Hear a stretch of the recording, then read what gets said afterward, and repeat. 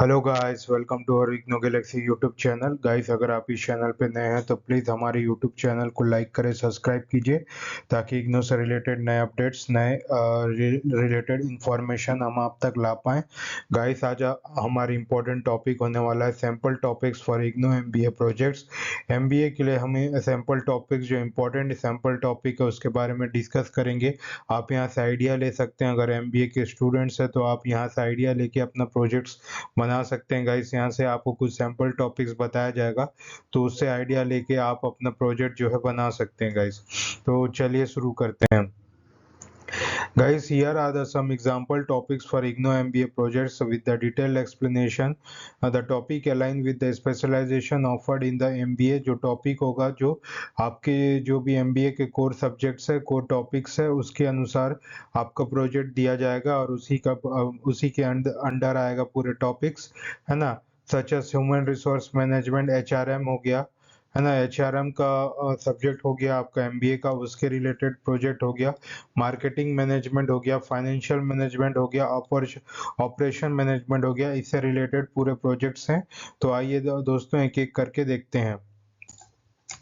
पहला, impact of employ training on organisation productivity. HRM का ये आपका टॉपिक है ना। HRM का टॉपिक है आपके MBA के कोर जो सब्जेक्ट्स है उसका ये एक टॉपिक है ना। आप एक सैम्पल टॉपिक ले सकते हैं, impact of employ training on organisational objective. इसमें ऑब्जेक्टिव क्या रहेगा, आपको एनालाइज करना पड़ेगा। How training programme effect employ performance and overall organisational productivity. तो ट्रेनिंग प्रोग्राम से क्या एम्प्लॉय के परफॉर्मेंस और ऑर्गेनाइजेशन प्रोडक्टिविटी में क्या फ़र्क आता है, उसके बारे में आपको बनाना पड़ेगा। इसका मेथडोलॉजी कैसे रहेगा, conduct surveys and interviews with employees and HR manager. आपको इंटरव्यू और सर्वे करना पड़ेगा एम्प्लॉय के साथ, है ना।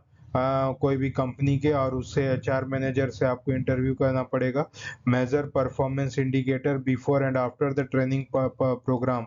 तो आपका जो क्या क्या परफॉर्मेंस आया, क्या उसमें इंडिकेट किया आपने ट्रेनिंग प्रोग्राम के पहले और बाद में।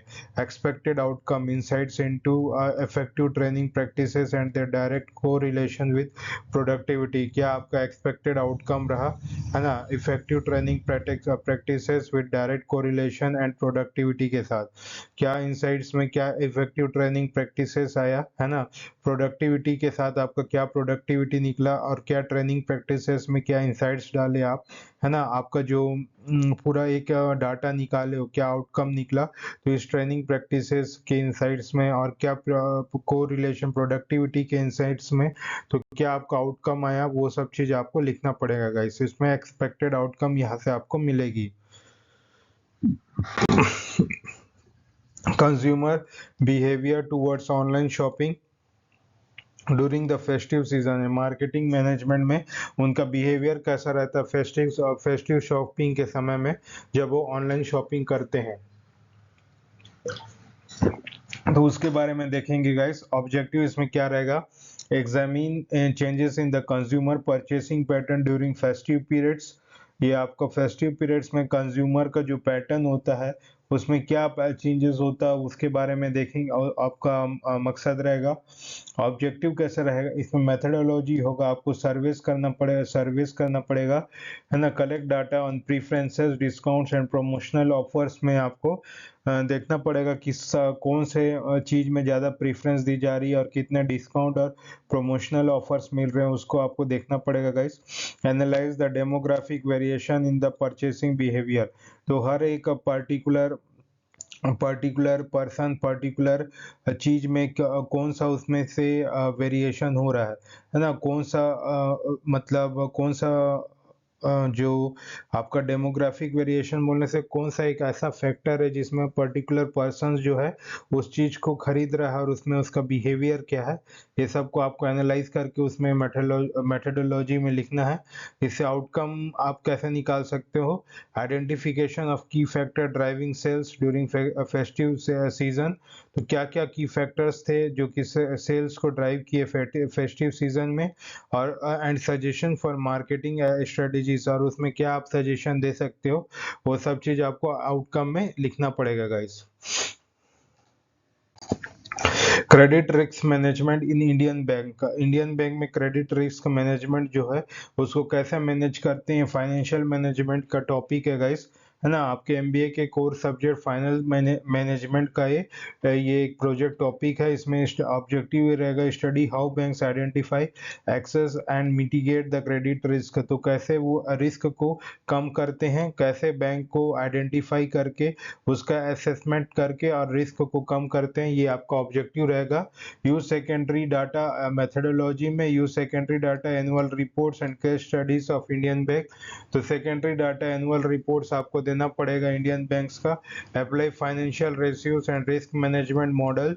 फाइनेंशियल रेशियोज और रिस्क मैनेज असेसमेंट मॉडल में आपको बताना पड़ेगा expected outcome recommendation for improving risk management practices in bank. जो भी रिकमेंडेशन आएगा आपको अपने रिस्क मैनेजमेंट में प्रैक्टिस करके वो चीज आपको यहाँ पर बताना पड़ेगा गाइस। आपका जो भी कंक्लूजन निकल रहा है गाइस उसी को आउटकम बोलते हैं। तो कैसा आउटकम आपका होना चाहिए, आपको रिकमेंडेड करना पड़ेगा अपने रिस्क मैनेजमेंट में, या फिर आपको कुछ कमी लग रही है तो उसमें आप उसको कैसे सुधार सकते हैं, क्या क्या रिस्क आई आप उसको कैसे रिकमेंड कर सकते हैं उसको सुधारने के लिए। तो ये सब चीज आपको बताना पड़ता है। तो ये आपका एक्सपेक्टेड आउटकम ऐसा आपका होना चाहिए प्रोजेक्ट में।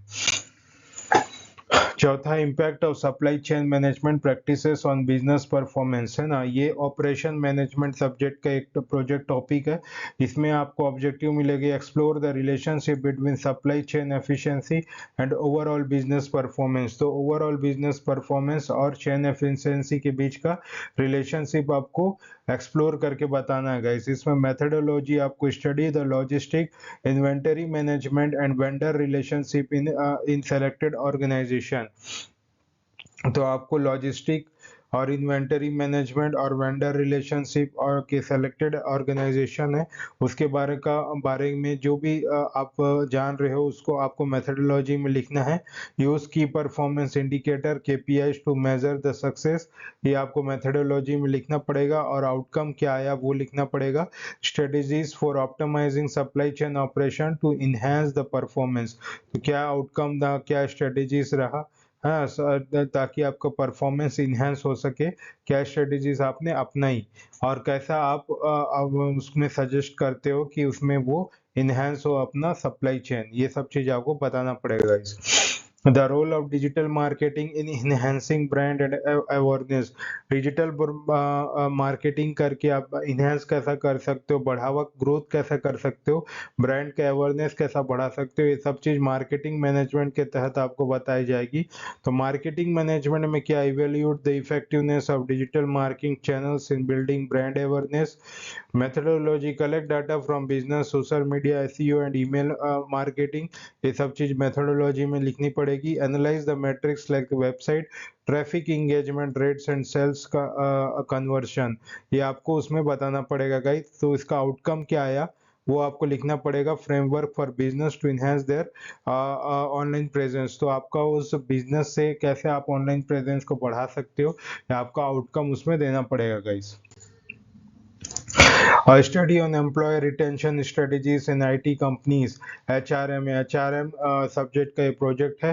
Investigate the method IT companies use to retain the top talent, तो इसमें अपना टॉप टैलेंट में वो रिटेन कर सके तो उसके बारे में आपको मेथड्स को इन्वेस्टिगेट करके बनाना पड़ेगा guys. Conduct the interview with HR professional and employees के साथ इंटरव्यू करके आप उसमें कुछ लिखिए मेथडोलॉजी में। and analyze factors like compensation, work life balance and career growth opportunities। इसमें आउटकम आपको identification of effective retention practices, है ना, क्या आपको उसमें इफेक्टिव रिटेंशन के आइडेंटिफाई होके लिखे और क्या चैलेंजेस आप फेस किए आईटी कंपनीज में वो आपको बताना पड़ेगा गाइस।